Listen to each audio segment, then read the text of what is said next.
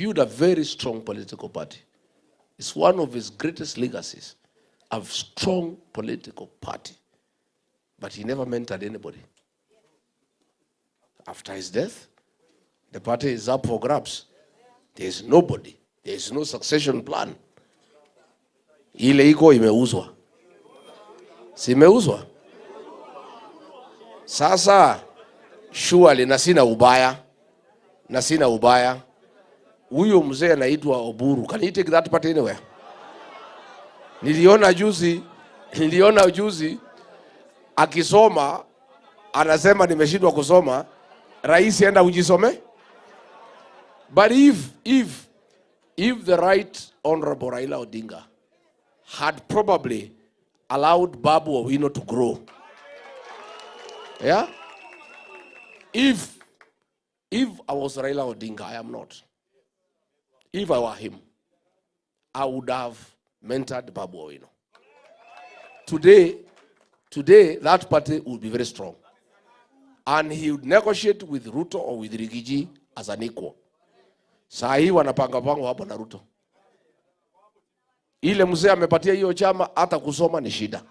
So, akienda negotiation na Kasongo, can he negotiate anything? Si atamwambia Kasongo ile maneno amekuja naye, atampatia Kasongo asome. Si Kasongo atabadilisha? Si mnamjua?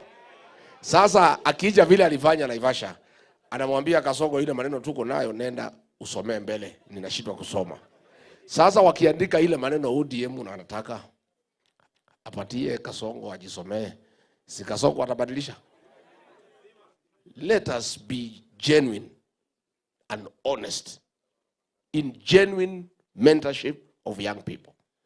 I want the young people of this country to look at all the political parties and look at which political party has really embraced young leaders and is deliberate in mentoring them. Kama mimi nimekubalia hao vijana niko na hawa wakuwe mbele, you are safer in this party because we have shown through action that we are genuine. I don't believe young people are the leaders of tomorrow. I believe they are the leaders of today and tomorrow. And I want to challenge you to take your rightful place in the Kenyan political space. And don't wait for anybody to come for you from home. Ati uitwe kutoka nyumbani ukuje uongoze watu. Hakuna mtu atakuita. Wewe utoke ukuje useme nimefika. Mimi niseme mtu ya PWD umesema vizuri. Disability is not inability or a liability for that matter. Na mimi wacha nikwambie huyo jamaa anaitwa Mbogo ya Nakuru. Yule mtu ya Nakuru. This guy here. Pale nikija Nakuru hapo Kanu House. Iko ngazi na kuanga hapo watu wanang'ania kupanda.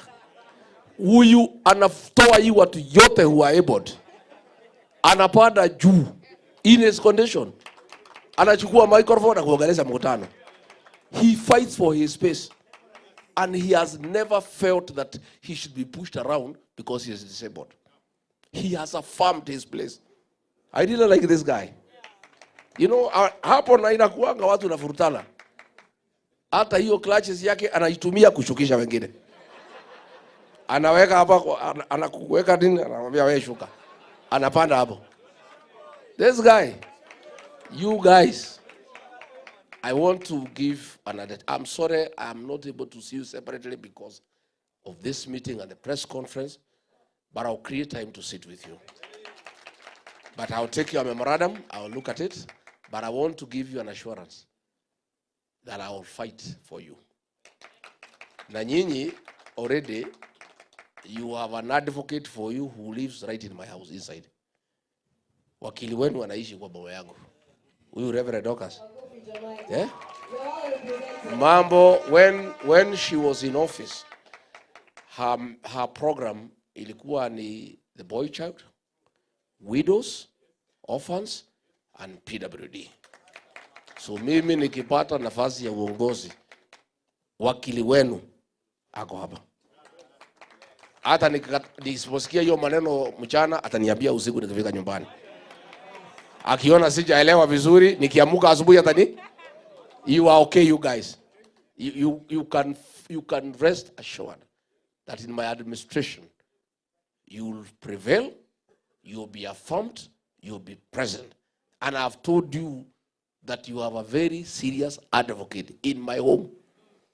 Sitapata amani nisipochunga mambo yenu. Na mimi natafuta amani kwa sababu nazeeka. Sitaki shida kwa boma. So you are good. Don't worry, we are fair. We are fine. Tukimalizia ni mambo ya Steve umesema mzuri. And pole uliumia huko Kalau. This guy was shot 5 times. And it was very sad that Ruto thinks that he can force the people of Kenya to elect him or UDA. It's not possible. Walijaribu Kalau ikakuwa ngumu. So I agree we can work on that possibility that you put together a team of doctors and paramedics to help our people in this struggle. Because hii kazi ya kutoa Kasongo si rahisi. And that's why I work very hard. I work hard because kutoa hii mtu si rahisi. Hiyo mtu ni kichwa ngumu. Na ako na pesa, na ako na means of violence, na ako na goons. Na mwenyewe ni goon. So we have to work very hard. So along the way there will be challenges of a medical nature which mutafanya. There are challenges of legal nature. I want to thank Kasheria na wengine wakati ya Gen Z alisaidia sana. You know? At least I was away in the States and our young people were safe. Huyu Wanjiko Thega alifungwa 17 days. Alishtakiwa na terrorism. Akafungwa 17 days wakiwa na kijana mwingine anaitwa Kawanjiro. Akateswa, she was stripped naked by men. Wakimlazimisha to implicate me and meddle kwa violence. Na ndio nikamwambia tu pia wakati kifika tutapanguza haya machozi. Si ndio? Yeah, because that courage, that determination is on another level. So I want to thank our lawyers, Kasheri, and your team for always being available to give pro bono services to our people, especially our young people when they have been arrested. And those teams, the legal teams, must now be enlarged. As we go towards the last stage, and Kasongo is very desperate, kutakuwa na shida mingi. Si ndio?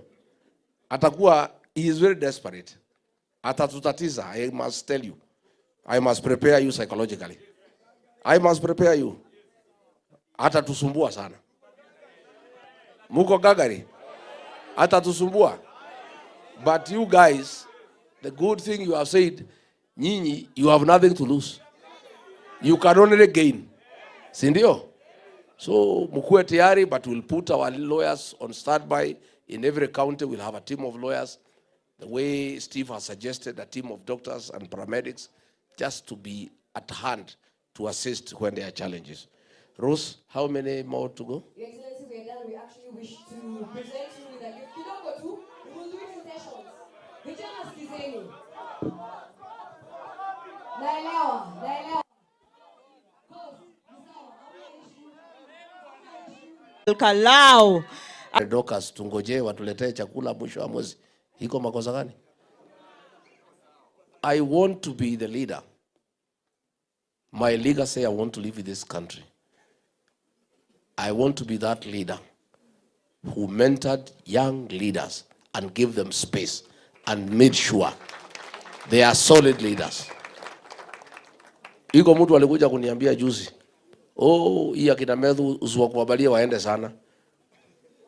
Watu wanaweza kuja wasahau wewe waende kwa hawa. Nikamuuliza hata wakienda na hawa na ni watoto wangu, iko makosa gani? What is the problem? We must be genuine. Why do we have a problem in ODM? After the death of Raila Odinga, he built a very strong political party. It's one of his greatest legacies, a strong political party. But he never mentored anybody. After his death, the party is up for grabs. There is nobody. There is no succession plan. Ile iko imeuzwa. Si imeuzwa? Sasa surely na sina ubaya. Huyo mzee anaitwa Oburu. Can you take that part anywhere? Niliona juzi akisoma anasema nimeshindwa kusoma. Rais enda ujisome. But if the right honorable Raila Odinga had probably allowed Babu Owino to grow, yeah? If I was Raila Odinga, I am not. If I were him, I would have mentored Babu Owino. Today, that party would be very strong. And he would negotiate with Ruto or with Rigiji as an equal. Saa hii wanapanga hapo na Ruto. Ile mzee amepatia hiyo chama hata kusoma ni shida. So, akienda negotiation na Kasongo, can he negotiate anything? The state of our nation is very dire. And this has continuously bothered me, just like it has bothered 55 million Kenyans. Kenya was and is falling apart. I retreated to listen to Kenyans who, for far too long, have remained unheard. When we began, we never knew it would have been this phenomena as it has been. We took 45 days, but it is stretched to 55 days to allow us to listen more and allow Kenyans from all walks of life the opportunity to be heard. My countrymen, first and foremost, I thank God for His grace and guiding this task to a joyful finish. I also appreciate my family, my wife, Reverend Dorcas, and my sons, Kevin and Keith, for their support and unwavering love. I also thank my neighbors, my advisors, and my personal staff for their support and sacrifice throughout these days.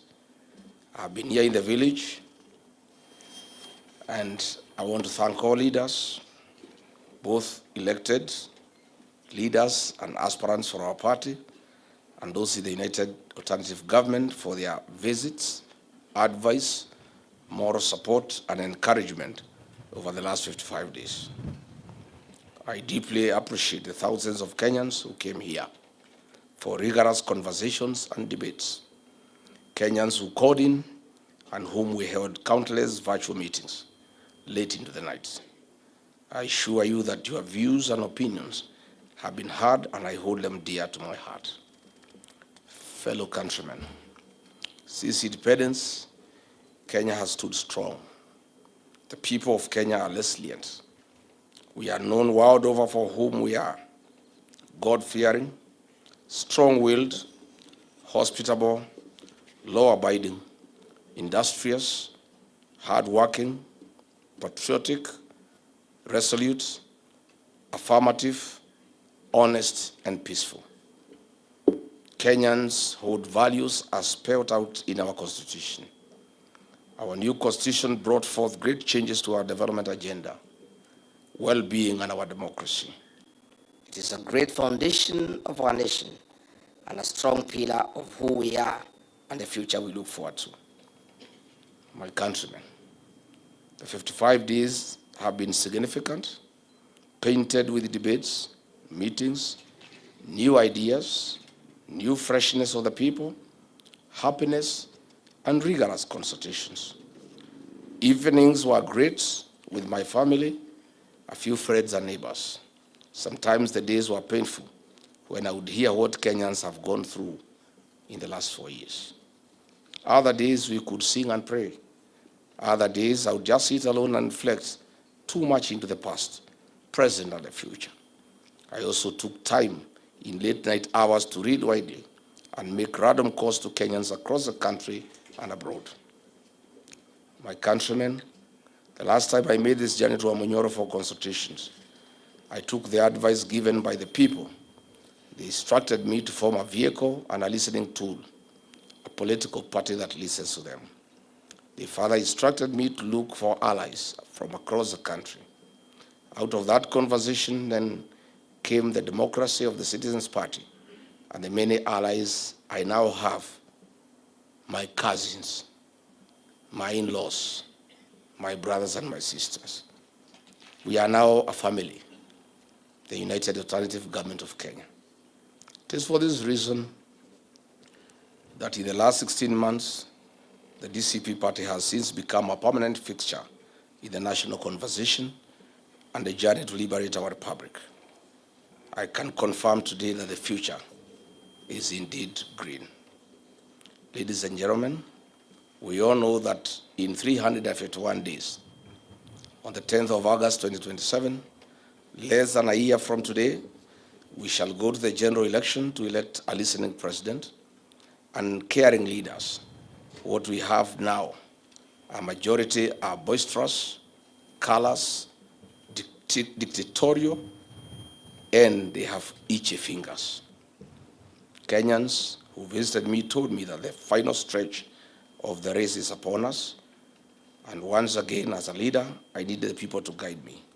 I needed to hear their expectations, what they wanted the United Alternative Government to become, what they wanted to see from us. And when we finally remove this government, what the next government must do. Delegations of clergy, political leaders, elders, aspirants, professionals, youth, women, retired civil servants, serving civil servants, members of the civil society, grassroots and opinion leaders from every corner of our country came to visit me and discuss a wide range of national issues. Allow me to begin with the pain points and the frustrations that the people of Kenya reported to me. These are tough issues facing our people. On the education sector in our country, the people told me that they are completely crushed and the gains made over the years have been eroded in a record 3 years. Kenyans told me they need the next administration to bring back better free primary education and secondary education. They want free TVET education and a university financing model that works and is responsive to our people. On agriculture, Kenyans are worried whether agriculture is still the backbone of our economy. They are worried about the rising cost of food and farm inputs, failed agricultural value chains, state-sponsored destruction of our cash crops like tea, coffee, pyrethrum, sugarcane, cotton, among others. Kenyans want the agriculture back. Our cooperative movement in the country have mobilized over 1.2 trillion Kenya shillings in deposits. That is their money, their savings. They do not want this regime to touch even a coin. They do not want their assets to be sold to a select cabal of political businessmen, but to members of the cooperative movement that represent the true face of hard-working, honest Kenyans. On healthcare, Kenyans from across the country confirmed that our nation's healthcare system is broken. Kenyans want drugs in hospitals. Kenyans told me that they need the next administration to sweep clean the healthcare sector in our country. Access to healthcare is more than just the SHA registration. We must align and implement 6 building blocks of having effective service delivery, a motivated health workforce at county and national level, health information systems that are priced fairly, access to essential medicines and technology, robust health financing models, and most importantly, servant leadership and good governance. The security of our nation remains a great concern for Kenyans. The people told me they cannot understand how a police vehicle can be used to ferry goons. They have never seen in history where criminals operate hand in hand with the police. Kenyans want the goon culture in their country swept out once and for all. On abductions, extrajudicial killings, Kenyans told me that they know the state is funding goons and death squads to terrorize their own citizens. Kenyans told me that none of this should be allowed to pass without consequence. Someone must pay, not just for the crimes done today, but for posterity. We need to do it so that every government that comes after this one understand in its bones that to walk this violent path is to invite a personal reckoning. Just to be clear, when Kenyans said consequences, they didn't just mean for the foot soldiers who pulled the trigger or drove the vehicles. They mean the ones who sat in comfortable offices, coordinated and signed off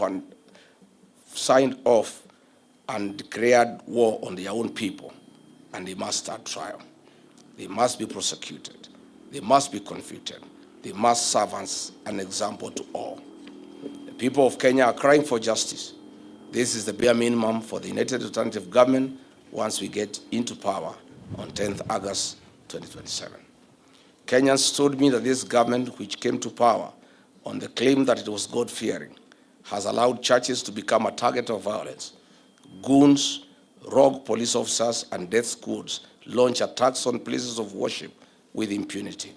Kenyans saw this violence in churches in Mweki, Kariobangi, Gatudu South, and most recently, ACK Cathedral in Nairobi and Kisumu, and of course, the ACK Wetima Church in Othaya. Kenyans want the church to be off violence from the state. On the economy, various professional bodies brought in their views on the state of our economy. Their views reflect what every of the 55 million Kenyans feel deep in their pockets. The argument on paying bills as a ruthless mallet on our businesses. Further, the raiding of the payslip has greatly reduced people's earnings, household incomes, and affected purchasing power. Workers want back their valuable payslip. The people cried about the tax regime. Traders told me that they are experiencing the murkiest tax regime in Kenya's history. They have been taxed into poverty. They requested for a predictable tax framework. They asked for a conducive business environment that spurs investment and trade. The people told me that at independence, we had a great nation. They could see the future for their children and great-grandchildren. Kenyans have told me to revisit the sessional paper number 10 of 1965 and the Kenya Vision 2030.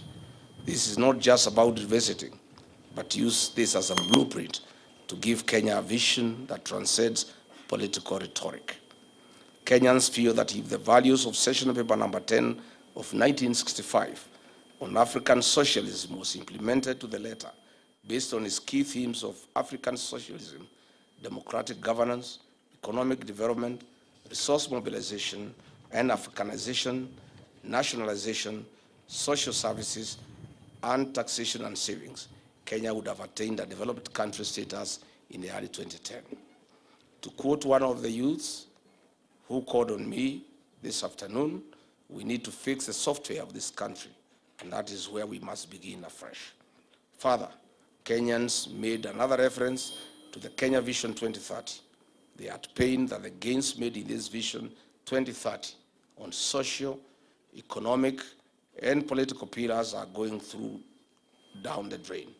Kenyans have told me that the foundations of the Kenya Vision 2030 on economic growth, social transformation, and political reforms to create a modern, industrialized, democratic, and an inclusive nation must be revisited. With only about 3 years to the year 2030, Kenyans are disappointed and are staring into a bleak future.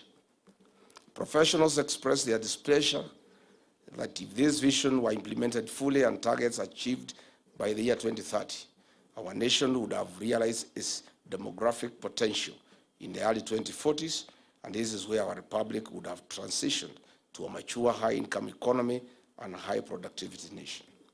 On the rule of law and fidelity to our constitution, the country is pained by extrajudicial killings, abductions, and forced disappearances of people. Our young people simply want a system that works for all. The 2024 Gen Z protests and the 7th July 2024 Sabasaba protest remains a painful history in the minds of Kenyans. The people of Kenya who called on me want a public inquest on this matter, and all those involved in the killing of our young people to face the rule of law. Kenyans want to know how many young people we lost, and they want this day to be marked in the calendar of our country. On devolution, Many Kenyans, especially Kenyans from the northern Kenya, cannot see or feel the impact of devolution in their counties to the extent they ought to. Kenyans want value for the equitable share their counties have received since 2013. Kenyans want accountability. On women and gender, Kenyans continue to demand that the two-thirds gender rule must be implemented. To Kenyans, gender is more than participation of women, but practical inclusion in development of our nation. Women should be included in leadership to fuel the numbers, but not just to fuel the numbers, but to strategically participate in nationhood and nation building. Our youth have told me that they need fair and decent jobs, fair pay for equal work done. The youth have told me that they have been subjected to a slow-growing economy, unemployment, underemployment, poor working environment, exploitation, among others. They are overworked, underpaid, and overtaxed. On environmental conservation, Kenyans told me that we risk losing our next generation due to destruction and decimation of the environment. We must live the ideals of conserving our environment and preserve our common home. On religion, the religious leaders expressed great anguish on the attack and the desecration of the altar. They told me that the church and the state must coexist. I agree with them. I gave my unwavering commitment that the Church of Christ, under my leadership, will remain respected and accorded its rightful position in the country. While at it, the small-scale traders came to see me. The proposed KRA import duty directive affecting clearance of consolidated cargo entering Kenya is not acceptable. The traders have told me that increasing duty from 2.5 million Kenya shillings to 3.5 million Kenya shillings per container will be painful, not only to the importer, but also painful on the final consumer. Kenyans are saying this must be stopped on the tracks. Kenyans have informed me that the Kenya Information and Communications Amendment Bill 2025, currently before the National Assembly, having undergone its first reading in July 2026, is punitive. The bill, Kenyans have told me, breaches the right to privacy under Article 31 of the Constitution of Kenya and the Data Protection Act, among others. Kenyans are demanding a robust public consultation before passage, as well as robust data protection, transparency, and oversight mechanisms. The public service reported that they live under perpetual fear of the state and state murderings. Apart from demoralization, the service is no longer attractive to work for. Kenyans have been instructed that the next administration must bring back the pride of the public service, as well as restoring the dignity of the payslip. On foreign affairs, the people of Kenya are simply holding their breath. They are wondering how Kenyan sons would fight themselves in a war zone in Russia and Ukraine. They do not understand how the government of Kenya would host a parallel government of Sudan run by internationally sanctioned criminals. Kenyans told me that they want a paradigm shift from political diplomacy to economic diplomacy that serves the interests of 55 million Kenyans and not one person. On sports, creative, and digital economy, the players in this sector informed me that they are exploited. There is no fair pay compared to their counterparts in developed economies. They feel completely left out. They charge me with the responsibility to craft a manifesto that places their dignity above everything else. On social security, this requires urgent reforms and an assurance that we can do better as a country. My commitment is an inclusive social welfare for every Kenyan, where no one will be left behind and their hard-earned savings are secure and invested prudently in nation-building projects. On energy and the generational infrastructure, Kenyans want an inclusive development program that is free from political patronage. They do not understand why the government of the day is involved in doing what the private sector should be doing. On illicit brews and drugs, Kenyans in one voice told me that we are back to the menace in a big way. The progress we had made when I served as deputy president has been eroded. Our children, our young people are dying. There are funerals everywhere. I have clear instructions from Kenyans that this menace must be a top priority by the next government. We must protect Kenyan population from from extinction. On the sale of public assets, Kenyans have told me that this is wrong. What is more annoying is the impunity and the manner in which it's being done. The people of Kenya have clear instructions that strategic public assets that have been sold must be brought back to the people of Kenya when we form the next government. Kenyans have asked me to develop a policy paper on all sectors and present a blueprint to them for validation. This will be done once I'm back from the United States of America, where I'm traveling later in the week.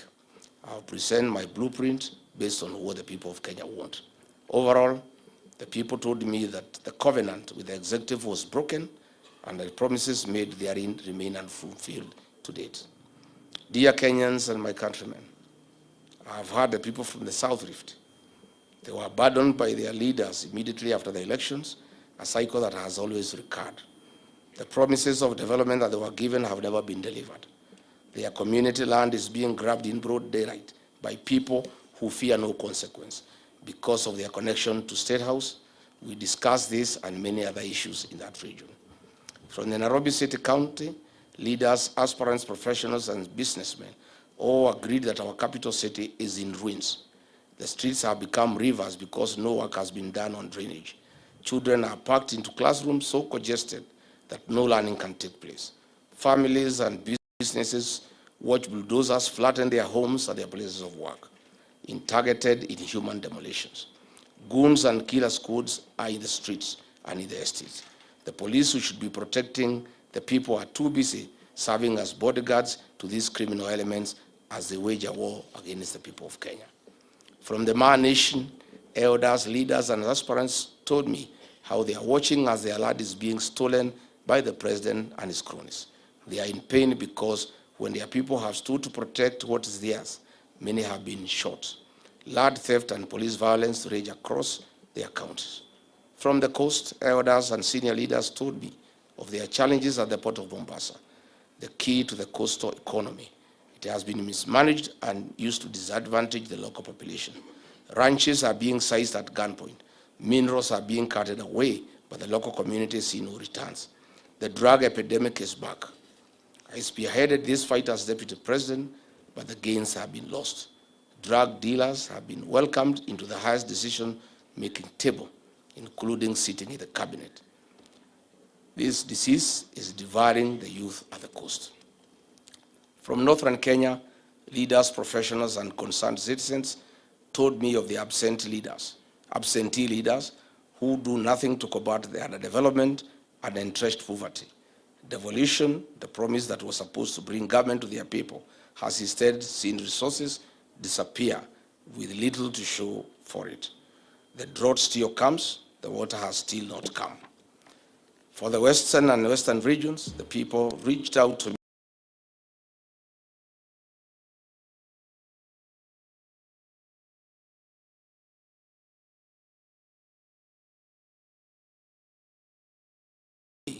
They decry the sugar sector crisis, the reclassification of VAT increases cost of transporting sugar to the factories.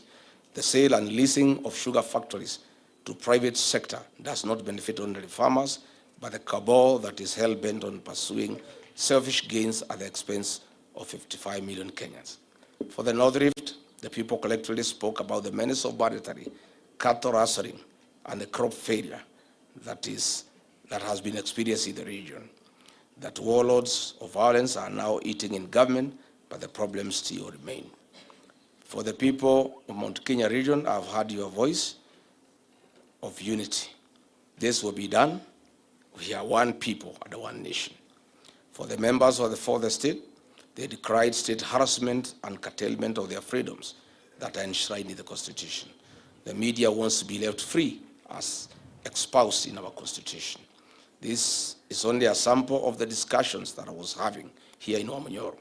Just a small fraction. There's much more. The work before us, which is required to liberate this republic and save our people, is truly significant. Fellow countrymen, each day when the delegations left and Omanyoro was quiet, I was left alone with the weight of their words. That weight was very heavy on my shoulders. I have said this before and I'll keep saying it, so that Kenyan people know that I have not forgotten. I helped bring this administration to power. I rallied my people, my resources, my networks, my energy, and my ability to move people to put this government into office. So, when I hear how you are suffering today, I hear it as a man who must answer for his party needs. Some have looked at how hard I worked to fight the excesses of this government. Some say it is out of bitterness. I think they are forgetting that I spoke up when I was still in office. Recall the Gen Z protests and the massacre that followed. I stood with our children when I was in office. Some people still say that I'm speaking because I'm no longer in government. The naysayers are all wrong. So let me be clear once and for all about what drives me. I do what I do because I have a responsibility to do it. Where I come from, when your heart causes harm, even the harm you never intended, you cannot walk away. You do not make excuses. You apologize, and then you do whatever is within your power to make it right. That is exactly what I'm doing. I played a big role in bringing this government into power. It is hurting Kenyans. I'm playing an even bigger role to set it home come 10th August 2027 on the ballot. My countrymen, listening to the delegations who came here to see me, Kenyans have identified 3 objectives that have been instructed to pursue and accomplish on their behalf. Objective number 1, I have been told I must use everything in my power to keep this government accountable while using every legitimate means available that will call out, stop, and break any scheme that is engineered by this government to loot taxpayers' money or oppress the people of Kenya. This, I promise, I will do day and night. Objective number 2, the people have told me unanimously that for us to correct the evils that bedevil this country, William Ruto must be one term and must be sent home. That message was clear. To achieve that, I have been told, and I'm persuaded, that the United Alternative Government must identify one presidential candidate to face William Ruto in the next general election. Kenyans have made it very clear that we cannot gamble or take any risk that might bring William Ruto back. Kenyans are persuaded that we must do whatever it takes, including sacrificing our own personal political ambition, to identify one single presidential candidate. This is the only way to set this brutal regime home. One way and one round on 10th August 2027. I have been so persuaded. Objective number 3, Kenyans have told me that they have analyzed and decided that Rigathi Gachagua needs to be the preferred presidential candidate of the United Alternative Government 2027 general elections. Kenyans have instructed me to persuade my colleagues that I'm the best bet to guarantee a first round win, and that in their assessment I have the energy, I have the trust of the people, I have the leadership qualities, I have the experience, the infrastructure, the capacity, and the political network to deliver that victory. They have told me clearly that in the event that my colleagues persuade me otherwise, that I should not be the single presidential candidate. I should not in any way be the reason why the United Alternative Government should fail to have one single presidential candidate. In a nutshell, they have told me that in case I am not picked as the single presidential candidate, I and my supporters must back to a man, whoever is chosen to be the single presidential candidate. My countrymen, there comes a time in life when a patriot must make sacrifices for his nation. That time is now. As I leave Wamanyoro today, the road leads to only one place now. Forward to 2027. Forward to the liberation and restoration of our country's dignity, and forward to the Kenya you have been yearning and aspiring for. I'm ready to walk this road with you, and I stand ready to take on this fight.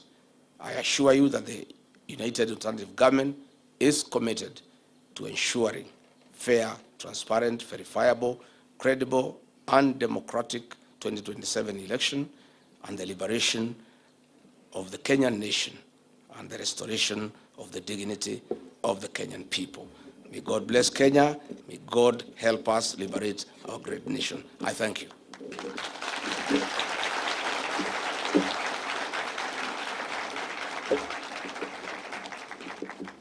Si iko sawa? Iko sawa? Imeingia vizuri? Hata Kasongo amesikia? Kadi zilimo? One single? Najua anasema ati Rigiji lazima akuwe ni yeye. Nani nawaambia? Yes, mimi nataka na Wakenya wananitaka. Lakini wakisema ni wache, ndio hii mtu aende nyumbani. Si mimi nitawacha? Yeah. And I want to tell Kenyans I'm that patriotic. I'll make whatever sacrifice necessary for this country. And I want to tell Ruto, he has been saying I'm divisive. He doesn't know me well. You know, before he kicked me out, alikuwa amenidharau sana. He thought I'm just another villager. He was saying I have not gone to school, I have no experience, I have nothing. And in 2 weeks I will be forgotten. Today, he knows who Gachagua is. Let me tell him, he is saying I'm divisive. I want to assure the people of Kenya, I'll be the unifying factor in the identification of a single presidential candidate to face William Ruto. And my people here in the mountain have now told me that the consolidation of the mountain is complete. The mountain has even been enlarged with Mount Kenya South and Mount Kenya North. They have now told me not to preach to the converted anymore. They have told me to go out to Western Kenya, to Coast Province, to Rift Valley, to all corners of this country and look for support for myself or whoever is picked as a single presidential candidate. So hapa mlimani nimewachia vijana wasukume. Si ndio? Si kazi imeisha. You cannot go to fish in a basket. Hii watu ya mlima tayari tumemaliza. Na mlima sana ni kubwa. And I didn't want to put it here. The people of the mountain have told me, because they were also here, in their own right, that they have decided that William Ruto cannot get their vote. And they have also told me they are willing to vote for anybody else, even if it is not me, provided it is not William Ruto. And that is the situation. So I'll be going to other parts of Kenya. I'll spend time in Nyanza, I'll spend time in Western, I'll spend time in the coast. I'll be everywhere. The work of consolidating the mountain, unifying it, is complete. There is nothing else to be done here. So hapa nikuja tu nyumbani kuangalia ng'ombe na kurudi. Kuna kazi ingine nimebakisha hapa. Watu ya hapa wamemalizana na I'm happy and I want to say let everybody consolidate. You know, I told my colleagues, winning a presidential election needs a formula. And some of us are quite experienced. We have been in this game for a long time. I've been in every succession since 1992. The transition from single party to multi-party democracy. I participated in every succession. The Moi succession, the Kibaki succession, Uhuru succession, and I'm now right in the middle of the Ruto succession. I know one or two things, and I've persuaded my colleagues that to be elected, votes must be mobilized. And the process of winning the next general election for us in the United Opposition begins with consolidation of regions. Let every leader go and consolidate where you are strong and where you have a say. Once we all consolidate, the remaining job will be the easiest. This one of sitting and identifying one candidate, people are saying it's the hardest. It's actually the easiest. We are dealing with the most difficult phase of liberating this country. Consolidating votes against William Ruto is the most difficult job. And that is what is going on now. Picking a single presidential candidate is a simple job. We can meet one afternoon after lunch, and before dinner, the candidate is known. And we move on. So, wacha kila mtu aende aunganishe kura zake. Mimi yangu nimemaliza. Sasa, I want also to go nikatafute umaarufu kwingine. And people are saying, why does Rigiji spend all the time in the mountain? I'm just a smart politician.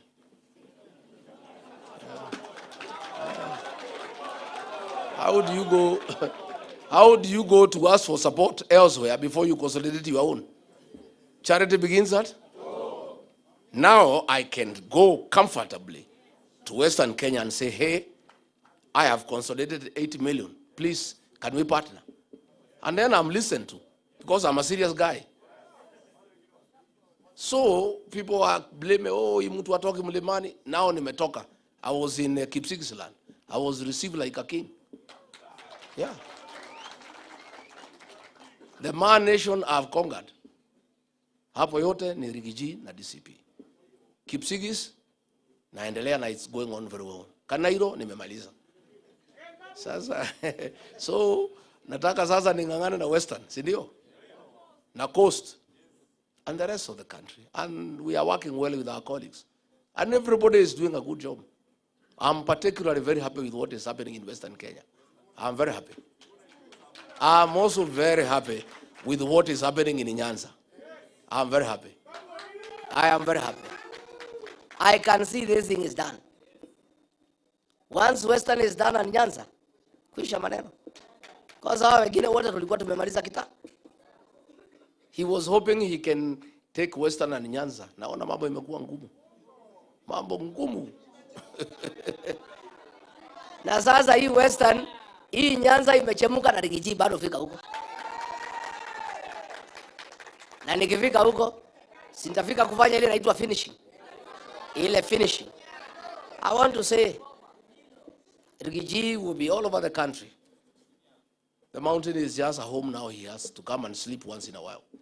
I'll be on national duty the rest of the country. And I'll work with my colleagues. We have got a very good relationship.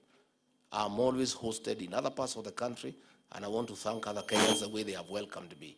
And I want to promise them I will not let them down. And here, what we have done, I have asked here, the mountain is very simple. I have consolidated, it's good. Just make sure Kasongo does not divide the mountain. Make sure. Just make sure the small parties and wheelbarrows he's introducing go nowhere. They must fail ab initio. Yeah? Because we know what is happening.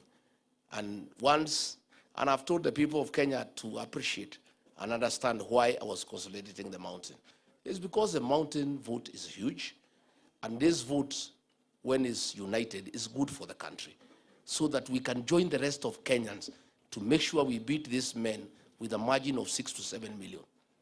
And I want to report to the rest of Kenya, the 8 million here to said William Ruto is available. So we are just now beefing up with the rest of the country for a good country, for a good Kenya. And some of us, people may not understand us. We are nationalists. We mean well for this country.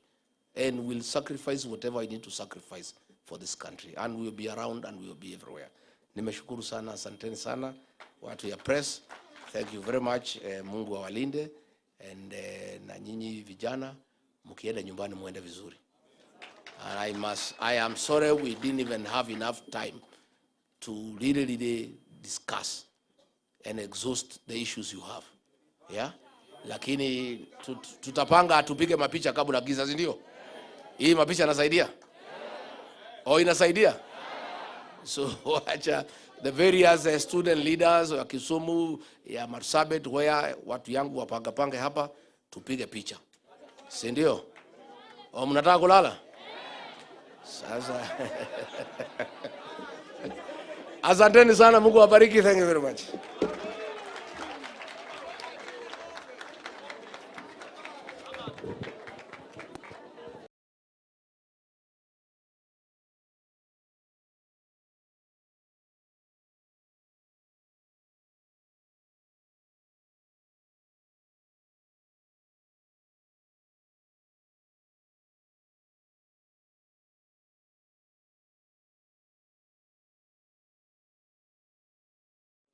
This his fellow, this soprano, cannot do a meeting without give people 2,000.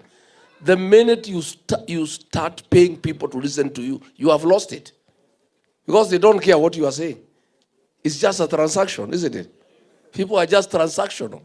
Nasema hii Kasongo vile naenda nyumbani, wacha tumusikize tu, hata kama ni uongo atulipe twende. I must continue listening to the people of Kenya. And I tried to guide him. I sat him down. I was a very good deputy. I said, Mr. President, you are losing it. Kelele imezidi. Please, let's listen to the people. When the Gen Z started making a lot of noise, wakaanza kuchora yeye ameko kwa jeneza, he was very bitter. Nikamuuliza, hata ukioko kwa jeneza kwani umekufa? What is your problem? Why are you bitter? This is just a way of expression. So I told him, let's listen to these young people. He said, no, let them be arrested and abducted and tortured and killed. Yeah. I know, because I was with him. I saw him transform from a popular president to a dictator to a very unpopular leader by simply not listening to the people. Yeah? Or he's a goon. Or he has transformed now into a goon. Now, hata mumenichanua hiyo disiku wanajua. Kuanzia kesho nitaanza kueject. Asante sana.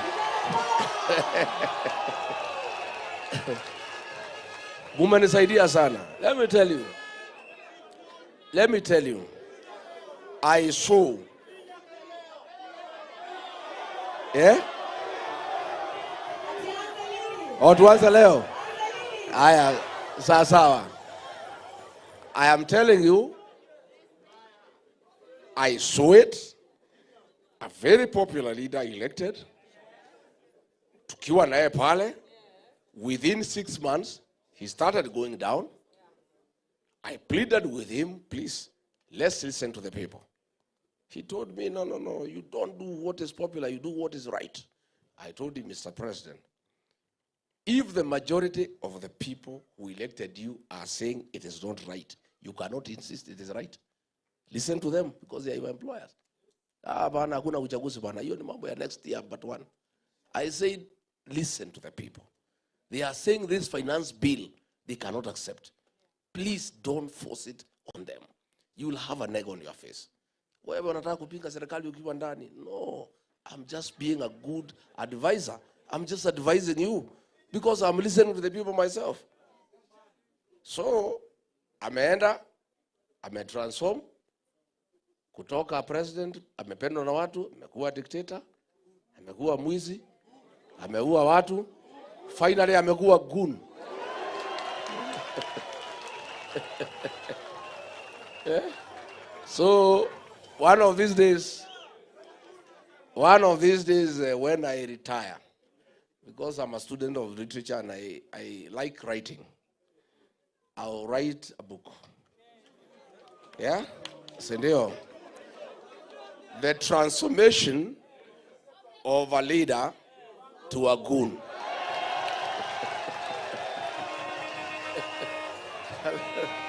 Asante sana. Asante. Then, of course, Wilson ameuliza mambo ya certainty of employment after graduation. We just have to fix our country, and we just have to be very realistic. We have to work on manufacturing and import substitution so that we create industries to employ our young people. We have to start agro-processing. We have to start value addition. We must create means of employment. And this is something we have to work on very, very, very seriously. Forget about him Mjengo anasema tumeandika watu milioni. Ni uongo. You know? Sasa okay, watu ya mjengo okay, wale wamepata wachache na hawa graduates hata hiyo walipi, hata kwa hii mjengo walipi. Sasa ona so now good people, university financing model, we don't have to wait for next year. The way to come up with a good university education financing model is by involving all the stakeholders, the students, the lecturers, education officials, and parents as well. And since you guys are telling me that next year we shall chase away William Ruto and have a new government, why don't we start having a discussion so that by the time we take over, the model is ready, it's just applying, isn't it? So I'll propose university students, the ones we have. I'll ask my people, we put up a small team of student leaders in the universities. We'll get some parents, we'll get some lecturers. We start working behind the scenes by consulting all the stakeholders on what is an ideal university education financing model that can serve our country well. So that by the time elections are held, by the time we are sworn in, we immediately implement what has been agreed on. Then, was that the last one? Or was there another one? Iko Boru kutoka Marsabit. It is true, abductions, forced disappearances, extrajudicial killings are rampant, taking place in Isiolo, Marsabit, Wajir, Mandera, Garissa, Madare, and everywhere. Homa Bay. Kwanza Homa Bay was a massacre. And one of the areas, one of the cardinal responsibility of any government in the world is to protect life and property. William Ruto has failed in all fields: education, health, the economy, everything. But the one thing we shall never forgive him is the insecurity in the country, where he has surrendered National Police Service mandate to goons. So, where people are not sure, I had a delegation from Isiolo this morning and Marsabit. They were telling me, when you go to sleep, you are not sure you will wake up, because people are likely to attack your manyata, kill you, and steal your cattle. When you travel from point A to B, you are not sure. And this young boy, Mutukutu William Ruto ameweka, huyu Mukomen, viatu 1 million, saa 800,000, mushipi 1,600,000. The guy is walking around with about 5 million on his own. He is telling us, no, unajua, it's so disrespecting the people of Kenya, kuwatharau wa Kenya, that if you know where goons are and the police confirm, please don't go there, go somewhere else. What is he telling us? If the police know the goons are there, they arrest them and take them to court. But this is a man who is so arrogant. They have stolen so much money. They are wallowing in opulence. They have too much money and power that he has the audacity to tell the people of Kenya, please, it is your mistake if goons hurt you. Why are you going to where the goons are? And the police have confirmed the goons are there.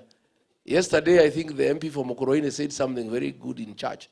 He said, William Ruto, please start a department on goonism that can give 411 to Kenyans on where the goons are, so that they don't have to go there. Because as these goons are everywhere. Police and goons, you cannot tell the difference. Since Kenyans have no way of knowing where the goons are, then if what Mukomen said is what needs to happen, that Kenyans need to avoid where the goons are. And since he said the police confirm where the goons are, can the police can the National Police Service start a small department for information purposes, so that every day, the way they inform us on weather, the way they tell us it will rain, there will be sunshine, sidio? So tunaambiwa leo, pande ya Mathare iko goons, musiende huko. Pande ya Karatina iko goons, musiende huko. Lakini swali yangu ni hii, these goons are everywhere. Unless Murkomen anasema tuhamie Tanzania ama Uganda, I don't know what we'll do.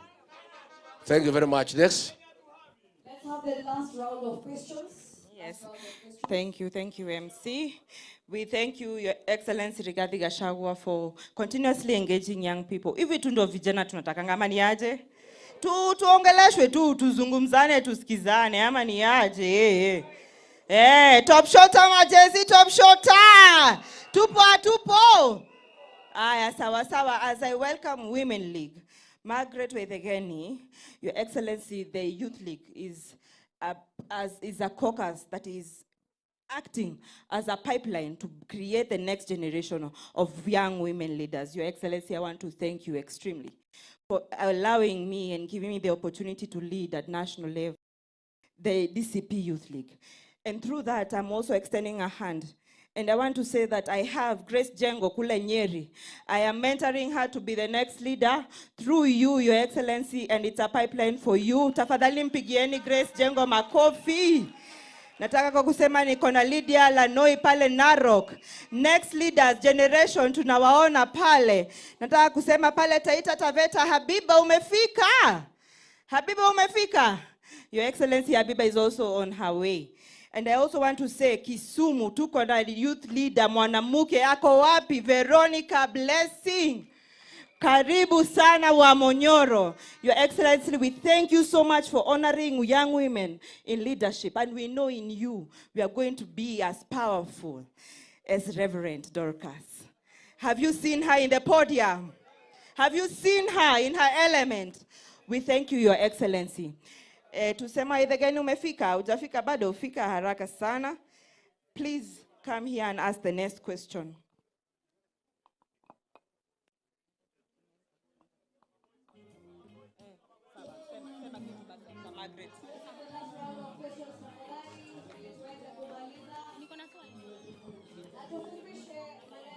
Sawa. Hello. Vijana hi. Buddies hi. Kwa majina naitwa Margaret Njeri Waithegeni kutoka Laikipia. Na mimi nilipatana mara ya kwanza na His Excellency wakati ambapo nilienda shule ya Tumutumu Girls High School. I can attest that he mentored us, he inspired us, and he showed up for us.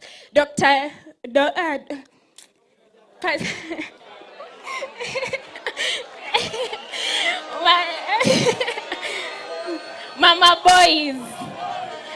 boys, you showed up for us like a mother. You prayed for us. You showed up for us in many ways, and you motivated us to actually see sky as not the limit. But now sisi tumekuja hapa, tumemaliza shule, tumekufuata Your Excellency, tumeingia kwa chama. We want to be mentored. We want to grow. We want to be as fierce as Honorable Jane Njeri. We want to be as fierce as, Senator Medhu. So this is my question. We keep hearing that young people are leaders of tomorrow, but tomorrow keeps moving. Does DCP have a structured mentorship program that connects young aspiring politicians with experienced leaders and gives them the skills, networks, and confidence to actually run for office? Si tunataka baddies wakuwe kwa ballot? Mnataka baddies wakuwe kwa ballot? Harambe! Asante sana. Thank you. This juncture, Buddy, thank you. At this juncture, I want to welcome the Disability League higher. Representative of the Disability League, welcome, please. Tuulize swali. Salimia party leader pale. Na tunataka uulize swali kuhusu asalimia mama boys. Ama mnasema je maneno ya mama boys nyinyi? Hapo tume gatekeep by wazi.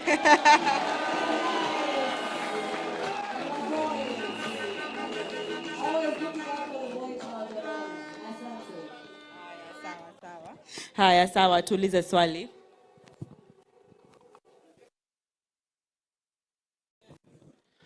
Vijana power. Vijana power. Thank you very much. Kwa sababu leo this is a consultative meeting. Sitapaza sauti sana. Your Excellency,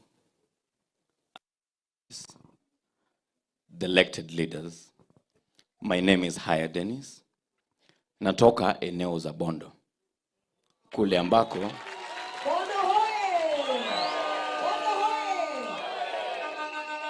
kule ambapo tulikuwa na mzee wetu Raila. Yeye ni jirani yangu. Tuliposikia huu mwito, sisi tulifurahi. Kwa sababu kwa muda mrefu tumetamani sana tuone party leader wetu na tusikizwe na party leader wetu.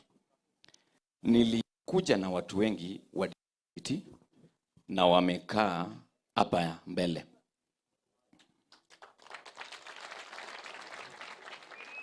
Atungeweza kuwa wengi sana lakini tuko wengi. This is a representation of very many persons with disability in this country who are ready to stand with the party. For time memorial, we have been having political parties in this country who have been having disability for formality purposes. That pains us. Na kwa sababu hiyo, mimi nilipokuwa kule mrengo wa ODM, wakati ilipofika, nilisema sitakaa hapa tena. Na nikakuja DCP, bado nilikuwa mtu mmoja, na tukakuwa wachache, na tukakuwa wengi sasa.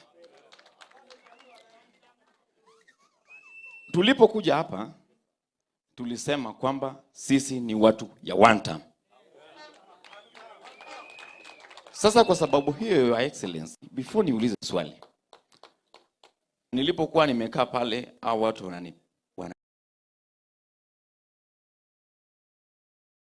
nisomia sana. Ati niko hapa na kina Mushiri, niko hapa na SG Kamau Mbugwa, niko hapa na coordinator kutoka Nakuru anaitwa James Mbugwa. Huyu wa mano alishikwa akapelekwa jela, na wakati IPOA alipoingilia kesi yake walitupulia mbali. Those are things that we want you to answer today. Tafadhali, na watu wengi pia wako hapa.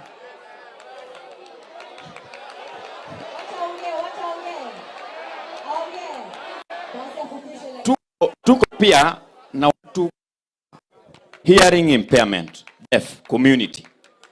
Wamekuwa represented hapa na wachache. Ningependa wasimame wao pia muwaone.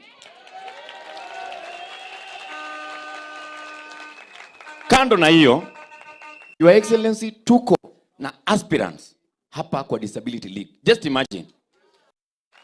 Wao pia ningependa wasimame uwaone.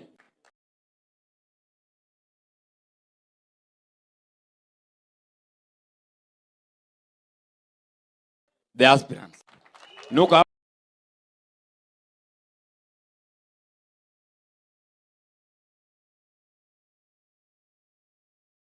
na Mchiri, niko hapa na Kamau, niko pale na Mary. Liability. We are no longer coming here as a liability. And for your information, we have a plan. Hiyo plan ni ya kwamba we want to walk across the country. We want to mobilize over 300,000 persons with disability with the card.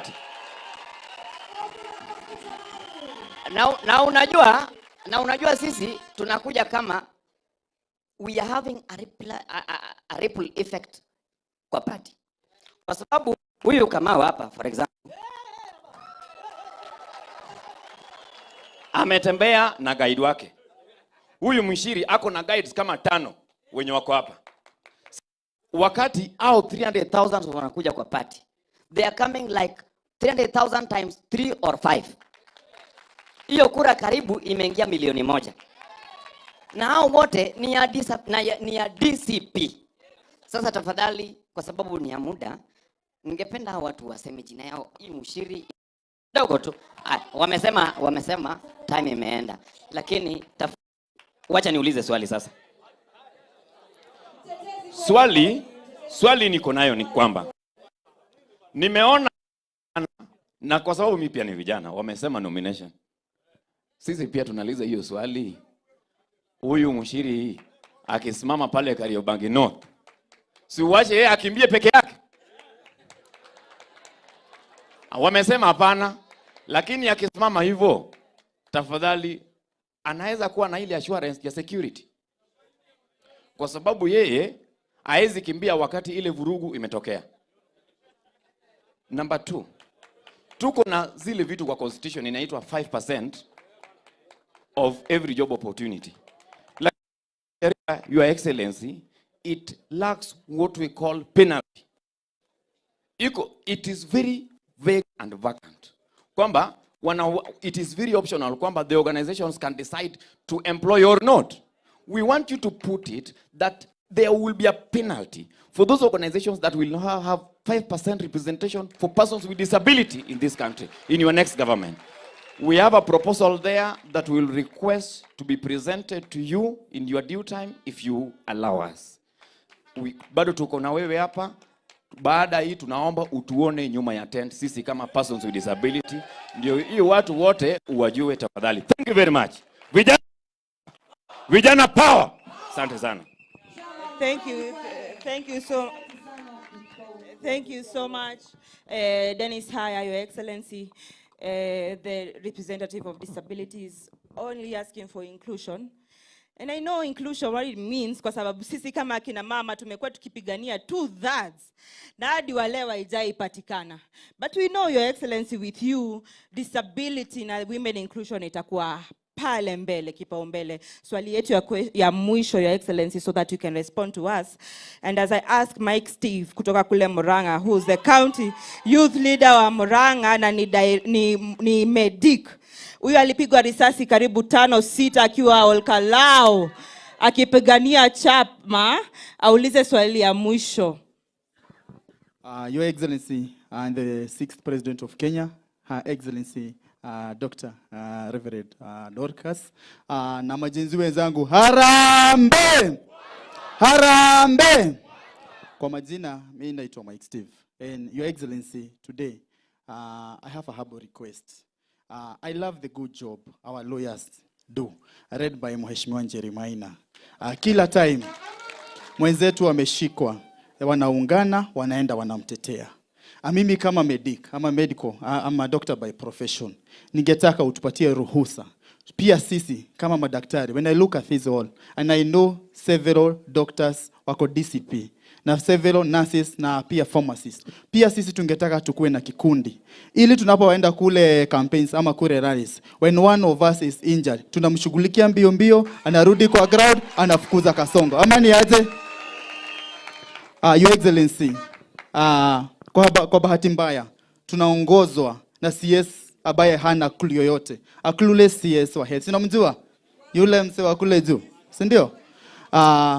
Your Excellency, as the young people we are able, and because you'll be our president, mimi kama jenzi hata hiyo kiti ya CS tunaweza sukuma nayo ya health, si ndio? Because at least tunaomba sababu tumeona pale tunaenda katika campaigns zetu ama rallies, most of the gens are injured. Kama venye I was injured kule Olkarau, tungetaka tafadhali tupe ruhusa tuweze at least kuwa na kikundi cha hao madaktari, tunashughulikia mmoja wetu anarudi kwa siasa. Mwisho kabisa, I want to assure you, I come from Murang'a. Murang'a hoye! Murang'a hoye. The Gen Zs from Murang'a are fully behind you. Na Your Excellency, usiwe na shaka. Pale Murang'a there was a proxy party imekuja hapo imeziduliwa. But the youth of Murang'a are right behind you. And we assure you, kura zote za Murang'a, mimi nimeongoza tukokadi. Mimi nimeongoza the mass voter registration. And we can assure you, the numbers of Murang'a, manzi dizo zitasil kila kitu. Vijana hoye. Kwa mengi na machache, nashukuru sana, asante. Thank you, Excellency. We give you the opportunity to respond. Thank you. Thank you very much. Margaret, let nobody tell you that you are leaders of tomorrow. That's an insult. Hiyo ni kutukano. Leadership ya hii nchi is 18 and above. Are you 18? Yes. So why is somebody telling you that you are a leader of tomorrow? You are the leaders of today and tomorrow. You are the present and the future. I want to encourage you, good people. Come out and lead. Go and look for these positions. You guys are the majority. Why would you lose the seat unless you people don't love one another? Persuade your colleagues that this is your time. I don't want anybody to tell you are the leaders of tomorrow. We have a very strong mentorship program.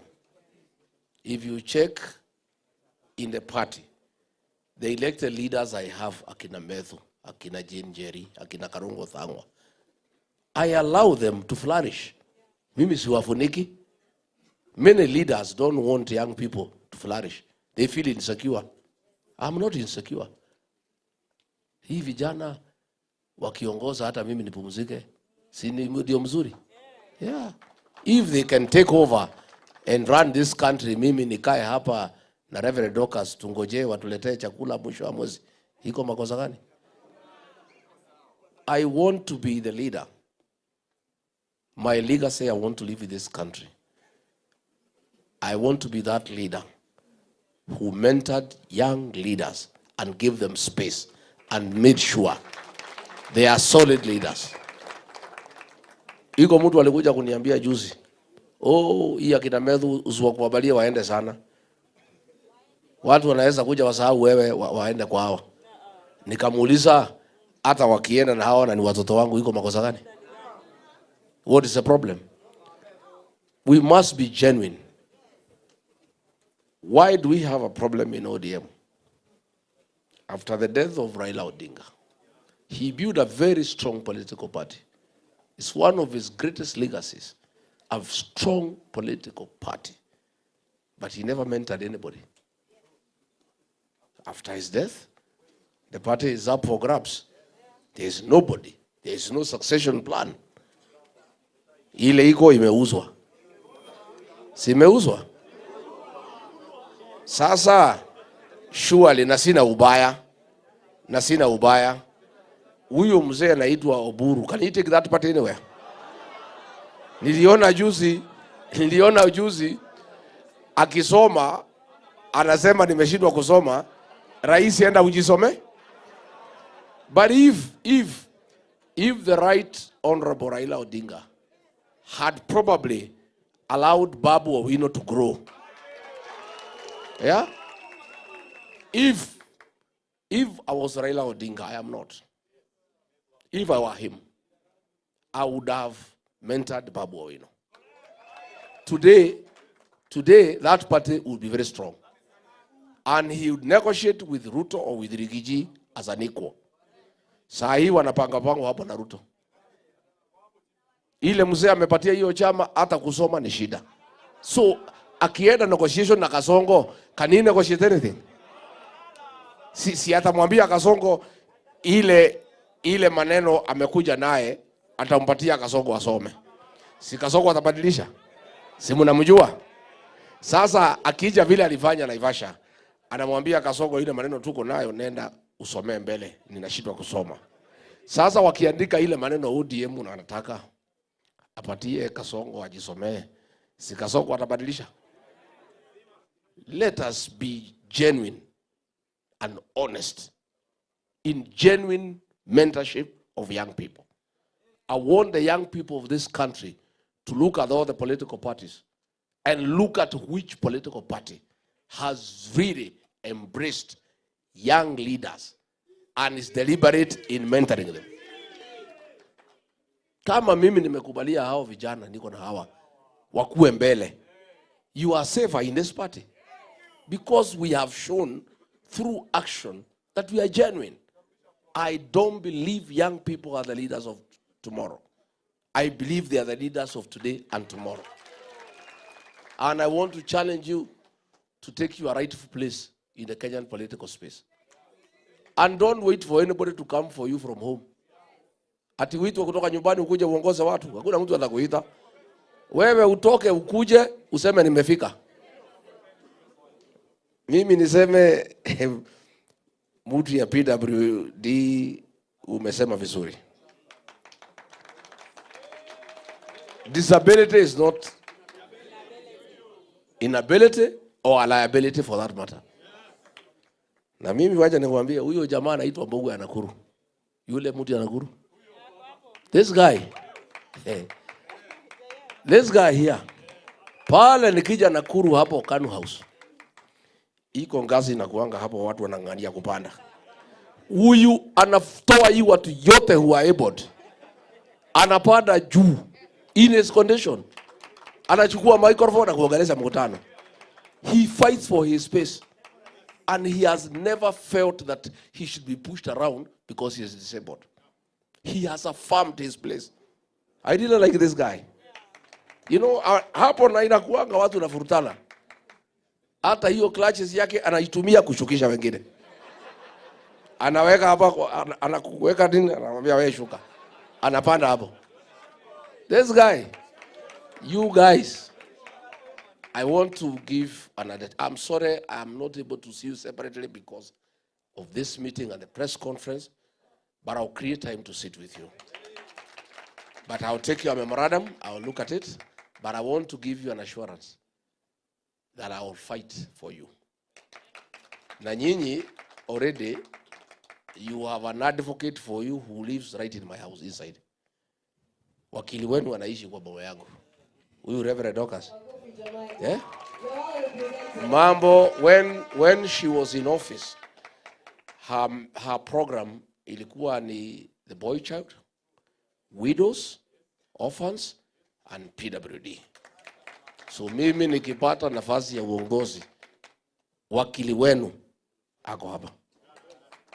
Hata nisiposikia hiyo maneno mchana, ataniambia usiku nikifika nyumbani. Akiona sijaelewa vizuri, nikiamuka asubuhi atani, you are okay, you guys.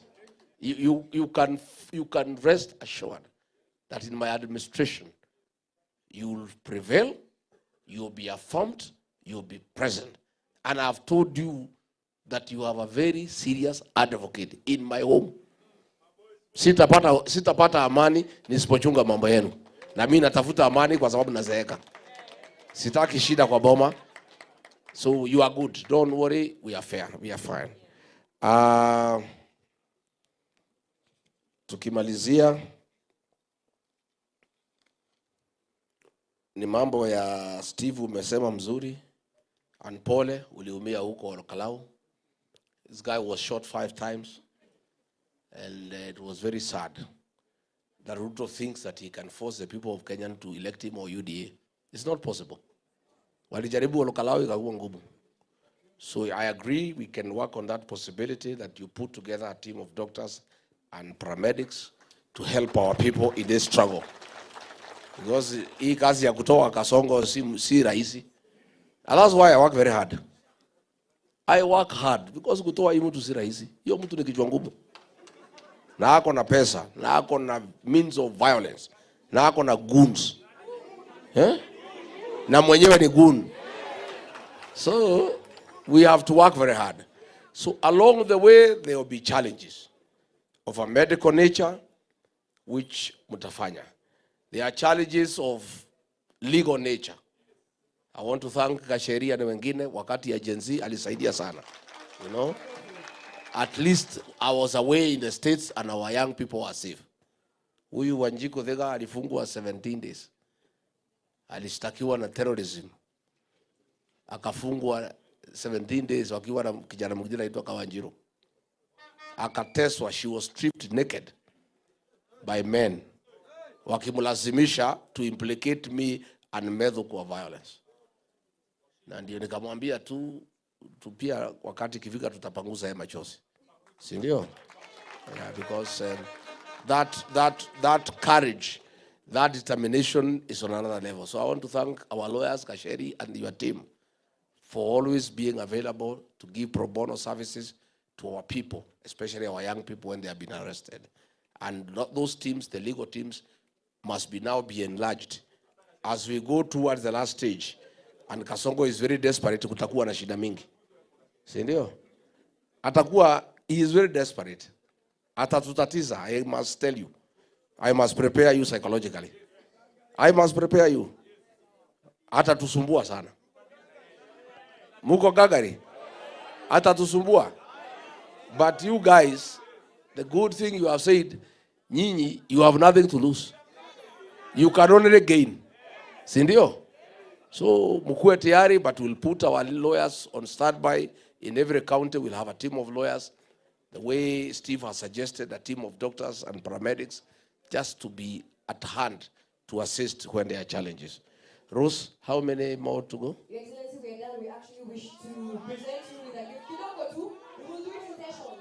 Vijana sikizeni. Naelewa.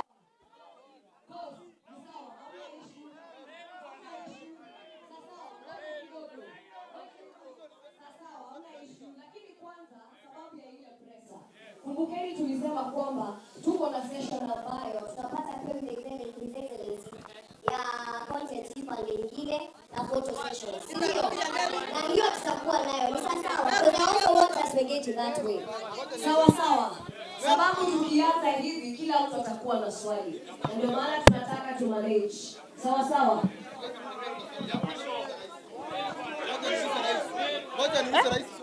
Haya, ngoja kidogo. Kwa hivyo sababu ya presa, kwanza tutasimama kidogo tu. Just invite Mama Boys to speak to us, but kulikuwa na hiyo gift tu moja ilikuwa nataka. Ni sawa.